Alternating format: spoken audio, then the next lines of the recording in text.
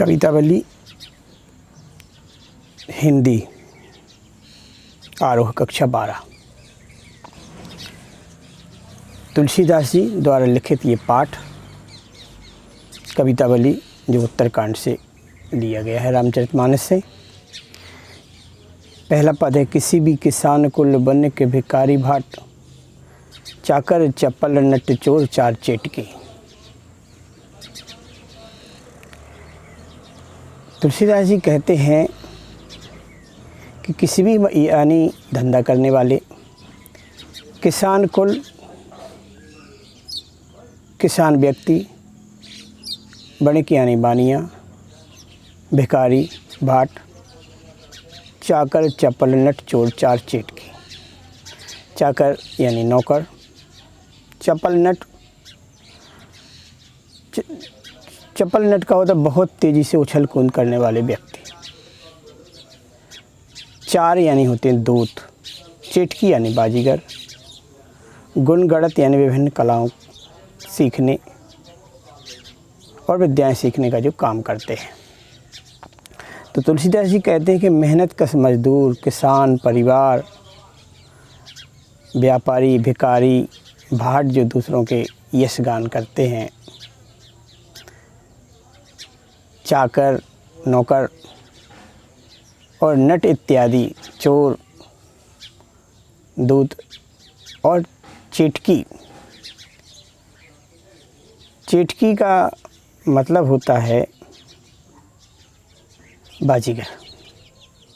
चेटकी का मतलब होता है बाजीगर जो विभिन्न प्रकार के कौतूहल भरे कार्य करता है। ये सब केवल जो विद्या अध्ययन करते हैं वह अपने पेट की आग बुझाने के लिए ही करते हैं।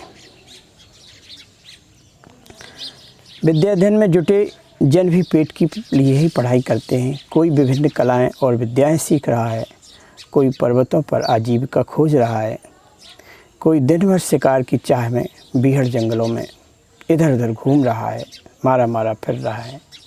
लोग पेट के लिए ही ऊंचे नीचे कर्म करते हैं, यानी पेट की अग्नि को शांत करने के लिए ही विविध प्रकार के कार्यों में लगे हुए हैं।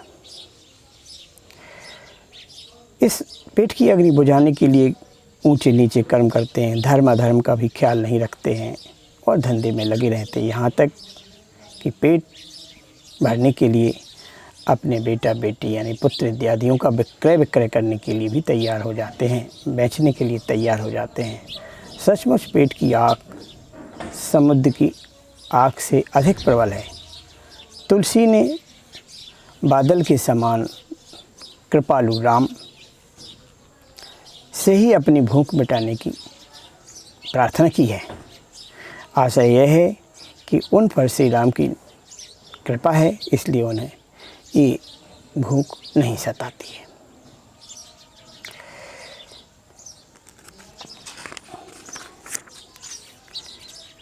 दूसरा पद है, खेती न किसान को, भिखारी को न भीख बली, बनिक को बनिज न चाकर को चाकरी।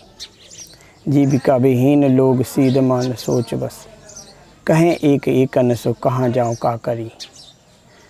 वेद हूँ पुराण कहीं, लोक हूँ बिलोकियत, साकरी सब राम रावरी कृपा करी। दारिद्र दशान दवाई दुनि दीन बंधु, दुरित दहन देख तुलसी हाहा करी।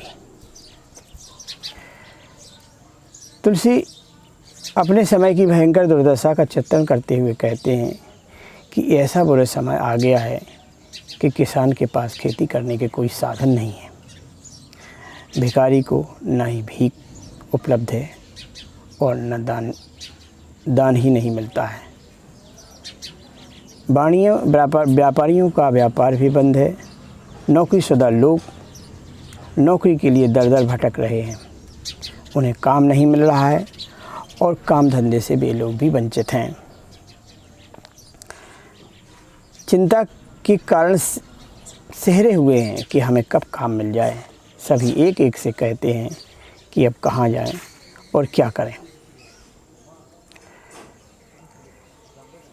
तुलसी भगवान पर आस्था प्रकट करते हुए कहते हैं, हे राम, वेदों और पुराणों में यही लिखा है।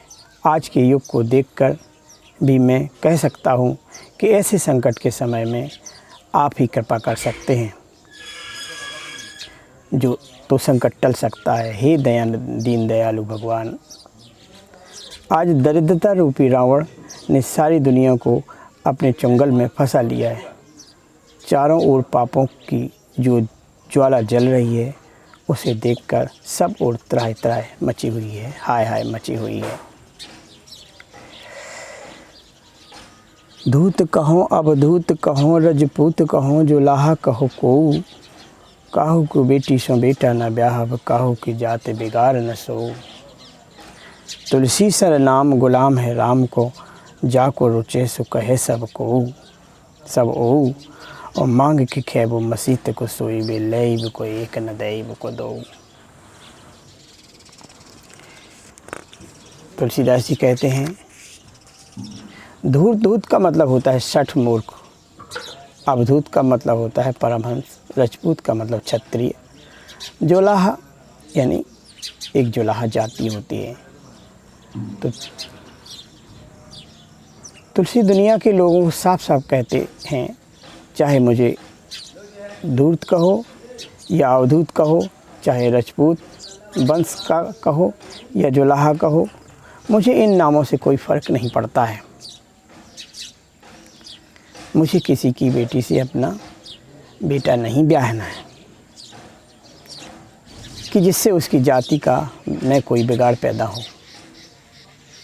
मैं तुलसीदास जी कहते हैं कि मैं तो पूरे संसार में राम के दास के रूप में प्रसिद्ध हूँ, इसलिए मेरे बारे में जिसे जो कुछ कहना है बड़े शौक़ से कहे, मुझे कोई फ़र्क नहीं पड़ता। मैं तो मांग कर खाता हूँ, मंदिर या मस्जिद जो भी धार्मिक स्थान मिलता है वहाँ सो जाता हूँ। मुझे दुनिया से न कुछ लेना है और न कुछ देना है, मैं अपनी ही धुन में मस्त रहता हूँ। तुलसी को अपने जीवन में जाती है अपवाद सहन करने पड़े, इस पद के आधार पर हमें पता चलता है लोगों ने उनकी जाति को लेकर बहुत भली बुरी बातें उस समय कही। उन्हें अनेक कष्ट दिए गए, इस कारण उनकी वाणी में इस प्रकार का क्षोभ प्रकट हुआ है। तुलसी अपने भक्त रूप पर गर्व करते हैं। वे स्पष्ट कहते हैं कि तुलसी सरनाम गुलाम है राम को। तुलसी भिक्षावृत्ति से जीवन यापन करते हैं, उनके पास रहने के लिए स्थायी घर नहीं है, इसलिए भी किसी भी धार्मिक स्थल पर सोने के लिए कहते हैं। तुलसी घर गृहस्थ नहीं थे, जहाँ भी धार्मिक स्थान उपदेश देते और अपना अगले स्थान पर पहुँच जाते थे। उन्हें सांसारिक मान मर्यादा से कुछ लेना देना था, कुछ लेना देना नहीं था। उन्हें जाति की परवाह थी और न उन्हें किसी से अपने बेटा बेटी का संबंध करना था।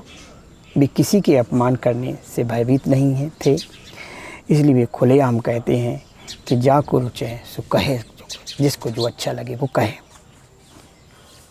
जिसे मेरे बारे में जो भी अच्छा लगता है उसको कहे। इस तरह से काव्य का प्रथम पार्ट हो जाता है। अगला पार्ट आपको नेक्स्ट भाग में। जय हिंद।